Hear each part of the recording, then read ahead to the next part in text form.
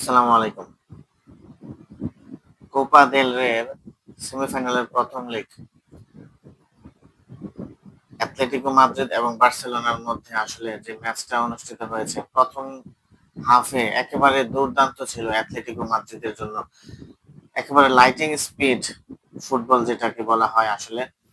Atletico Madrid শুরু থেকেই বার্সেলোনাকে আসলে চেপে ধরে এবং কোনো ধরনের সুযোগ দেওয়া হচ্ছিল না বার্সেলোনাকে, এবং সেটার ফল অ্যাটলেটিকো মাদ্রিদ আসলে খুব তাড়াতাড়ি পেয়ে যায়।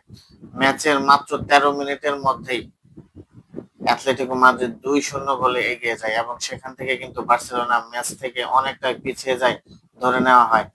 প্রথম গোলটা আসলে এরিক গার্সিয়ার, যদিও এটা এরিক গার্সিয়ার নামে যাবে ওন গোলটা, কিন্তু গোলটা পুরোপুরি ছিল বার্সেলোনার গোলকিপারের। একটা ব্যাক পাস, বার্সার গোলকিপার আসলে সেই বলটা রিসিভ করতে পারেনি এবং সেখান থেকে ওন গোল হয়। এরপর একের পর এক অ্যাটলেটিকো মাদ্রিদ যে আক্রমণের পর আক্রমণ করেছে এবং অ্যাটলেটিকো মাদ্রিদের সবাই কিন্তু দুর্দান্ত ফুটবল খেলেছে।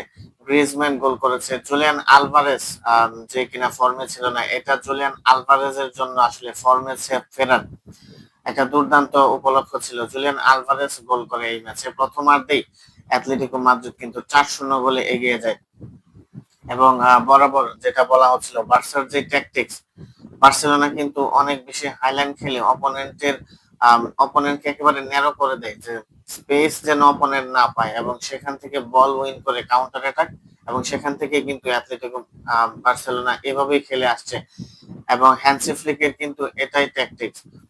গতকাল কিন্তু এই ট্যাকটিক্স মোটেও আসলে কাজে লাগেনি এবং অনেকদিন পরে ডিয়েগো সিমিওনে আসলে মনে রাখার মতো একটা ম্যাচ অ্যাটলেটিকো মাদ্রিদের দর্শকদেরকে উপহার দিতে পেরেছে।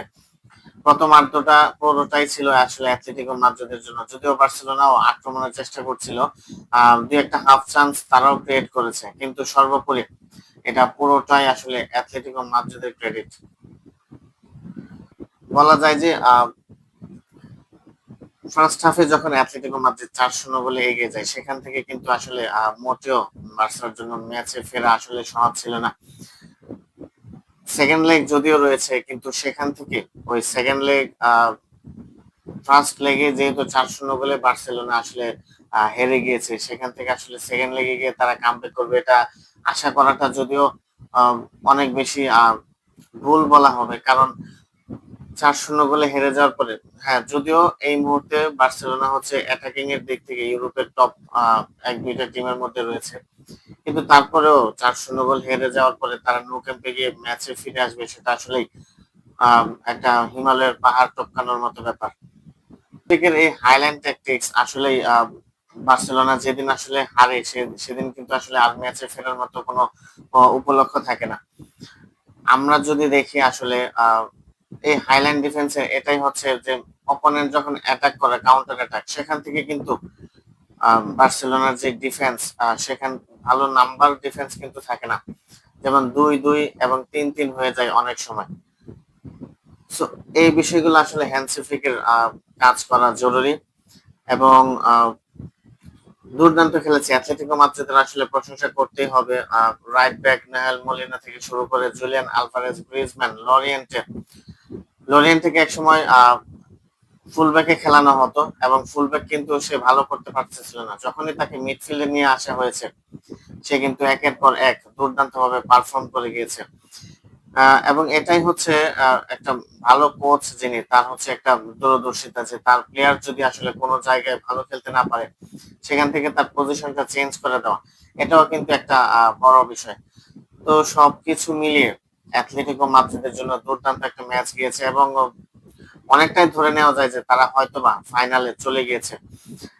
অনেকে ধরে বলতেছিল যে ডিয়েগো সিমেওনে হচ্ছে আসলে ফিকে হয়ে গিয়েছে বা তার হয়তোবা শেষ হয়ে গিয়েছে তার ক্যারিয়ার। তাদের জন্য আসলে এটা একটা বার্তা যে ডিয়েগো সিমিওনে কেন তাকে আসলে এখনো ওয়ার্ল্ডের টপ যদি ৫টা কোচ ধরা হয় তাহলে ডিয়েগো সিমিওনে হচ্ছে অন্যতম। অনেকে বলা বলি করতে থাকেন যে ডিয়েগো সিমিওনে তিনি হয়তোবা ২-৩ নাম্বারে শেষ করে তিনি খুশি থাকেন। বিষয়টা মোটেও এরকম নয়, কারণ ডিয়েগো সিমিওনে এই অ্যাটলেটিকো মাদ্রিদকে একটা লিমিটেড বাজেটের মধ্যে থেকেও যে একটা টিম হিসেবে পরিচালনা করেন, সেটা কিন্তু আসলে অত্যন্ত দুর্দান্ত। গতকাল যদি আমরা বলি তাহলে অ্যাথলেটিকো মাদ্রিদের প্রত্যেকটা প্লেয়ার কিন্তু ভালো খেলেছে। নোয়েল মলিনা থেকে শুরু করে লরিয়েন্টে, যার কথা না বললে নয়, মিডফিল্ড একেবারে দুর্দান্ত খেলেছে। জুলিয়ান আলভারেজ, গ্রিজম্যান, লুকম্যান কিন্তু যথেষ্ট ভালো খেলেছে।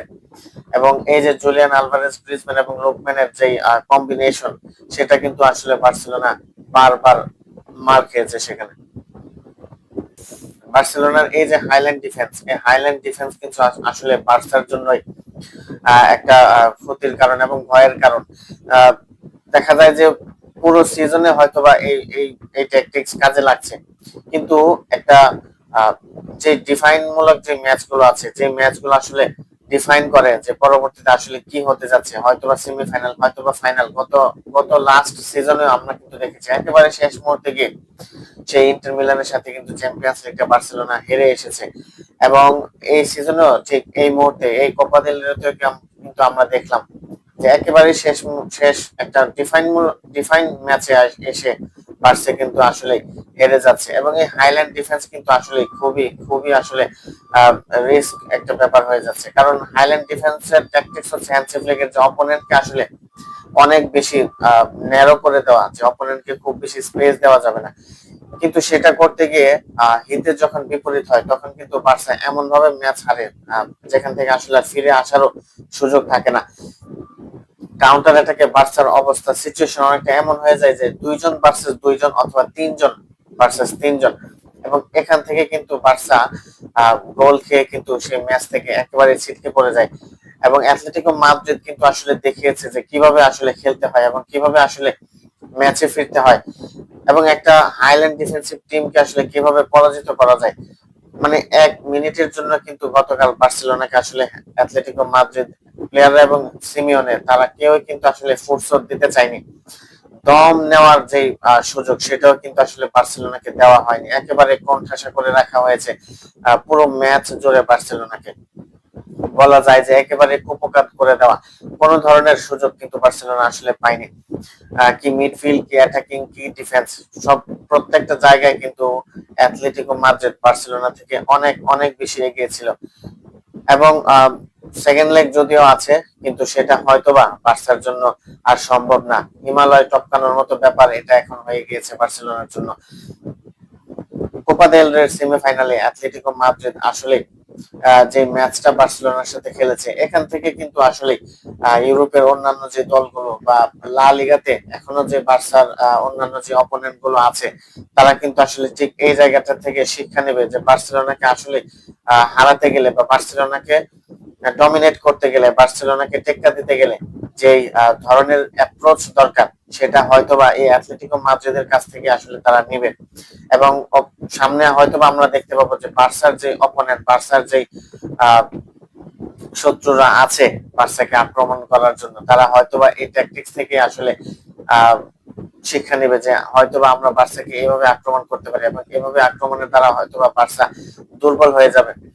অপোনেন্ট একটা বিষয় খুবই লক্ষণীয়, সেটা হচ্ছে অপোনেন্ট যখনই কোনো না কোনো অপোনেন্ট খুব বেশি ফিজিক্যাল খেলে, পেশি শক্তি যেখানে আসলে ব্যবহার করা হয়, এবং পেশি শক্তির ব্যবহার করে যখন কোনো অপোনেন্ট ফুটবল খেলে, সেই টিমগুলোর সাথে বার্সা কিন্তু বরাবরই আসলে আহ ধুঁকতে থাকে। এবং এবং সেইটা কিন্তু স্পষ্ট হয়েছে গত সিজনে কিন্তু সেই যে সেমিফাইনাল ইন্টার মিলানের সাথে চ্যাম্পিয়ন্স লিগে, সেই সেমিফাইনালে ইন্টার মিলান কিন্তু অনেক বেশি পেশি শক্তি ব্যবহার করে খেলেছে, এবং সেটাতে আমরা দেখেছি যে বার্সেলোনা কিন্তু আসলে পেরে উঠতে পারেনি। অন্যতম একটা বার্সার এই জায়গায় অন্যতম একটা দুর্বলতা হচ্ছে বার্সার প্লেয়ার গুলো আছে অনেক বেশি ইয়াং একটা টিম, এবং এই তরুণ তুর্কি যাদেরকে বলা হয়, এই তরুণদের আসলে সেই মেন্টালিটি অথবা সেই শারীরিক ভাবে সেই ফিজিক্যালিটি হয়তোবা এখনো আসেনি যে কোনো ফিজিক্যাল টিমের সাথে তারা আসলে টেক্কা দিবে। এবং আরো একটা বিষয় খুবই লক্ষণীয়, যেটা হচ্ছে কোনো ম্যাচে যখন বার্সার যখন পেদ্রি এবং হচ্ছে রাফিনহা থাকে না, তখন সেই ম্যাচটাতে আসলে বার্সেলোনা আসলে খুব বেশি একটা কিছু করতে পারে না।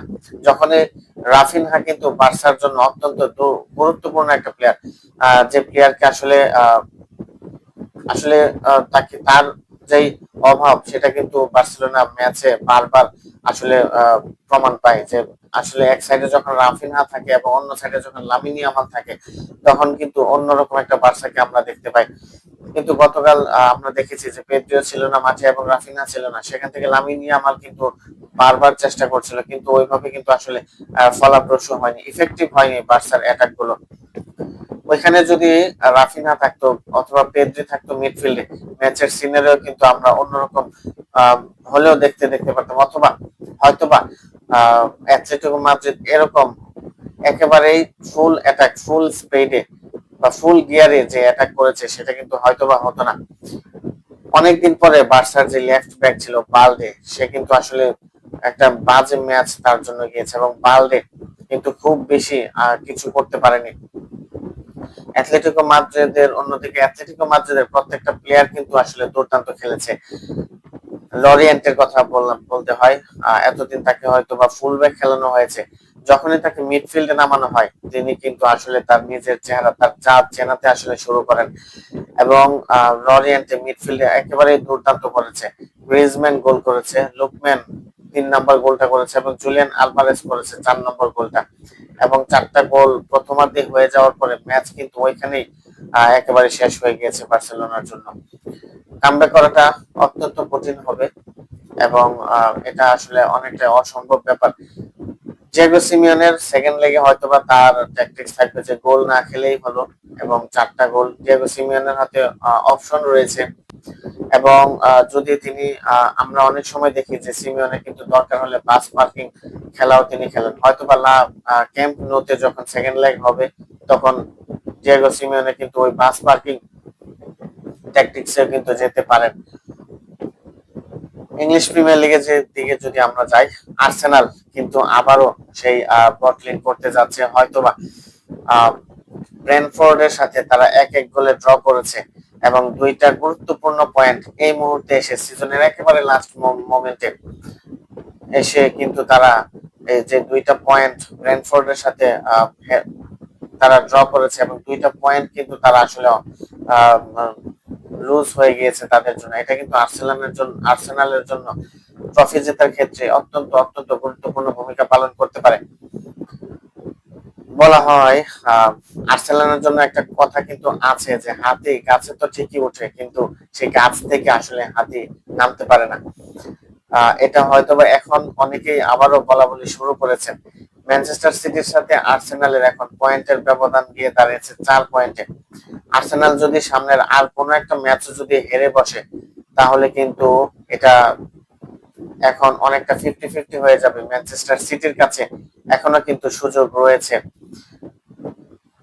নিভতে থাকা বাতি ম্যানচেস্টার সিটির জন্য আশার আলো হয়ে আসবে কিনা সেটা কিন্তু আসলে সময়ই বলে দিবে। এবং আর্সেনাল যেভাবে একের পর এক ম্যাচে পয়েন্ট হারাচ্ছে, ম্যানচেস্টার সিটির জন্য সুযোগ কিন্তু আসলেই তৈরি হবে।